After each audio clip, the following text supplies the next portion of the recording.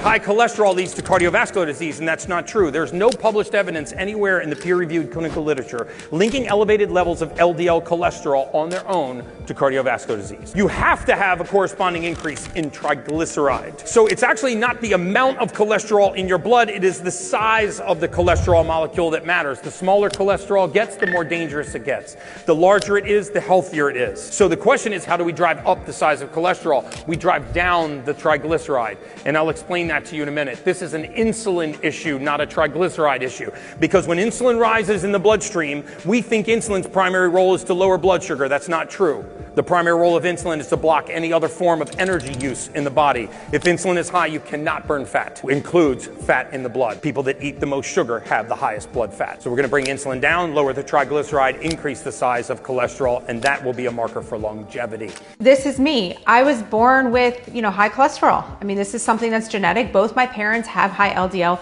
Both are in extremely great health, like myself. So I remember being told, don't eat the eggs, don't eat the cheese. You hear people say, you can't have shrimp, all this stuff that's high in dietary cholesterol. That stuff does not matter. Okay? This is like an old school of thought. And the fact that a high LDL is necessarily a negative thing is also an old school of thought. Particle size does matter, and you can get your particle size tested with your doctor. So think about the smaller particles. Those have more ability to get stuck inside your arteries, and then they kind of build up on top of each other. Whereas the bigger ones keep swimming on through. So it's really not about your LDL. And I agree again with what he said about triglycerides. Yes, 100%.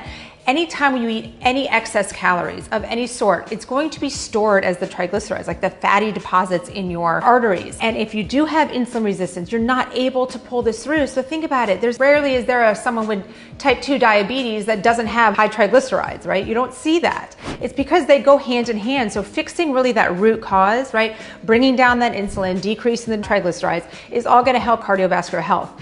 And there's supplements that I take to do this, as well as obviously lifestyle, making sure you're eating a clean, healthy diet, making sure you're active every single day, getting in the cardiovascular exercise, the strength training. And here are 3 supplements that I use every single day as part of my routine to make sure my heart stays healthy. I have our LiveGood Organic Super Reds, great with vasodilation, expanding your blood vessels, right? Helping things move through freely.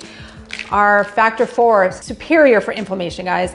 With the fish oil, the curcumin, the garlic, CoQ10, 100% going to help with decreasing triglycerides. Magnesium, well, this is really the daily essentials pack. There's 3 of them in here. Magnesium plays a massive role in decreasing triglycerides, as well as making sure you don't have nutrient deficiencies of vitamin D and your multivitamins. Having deficiencies in certain nutrients can lead to disease states, can lead to high triglycerides, can lead to cholesterol problems, can lead to a high insulin, right? So we need to make sure we're eliminating our nutrient deficiencies by taking our daily essentials pack every day, as well as our Super Reds. Work on that vasodilation, increase your nitric oxide production, super great for heart health.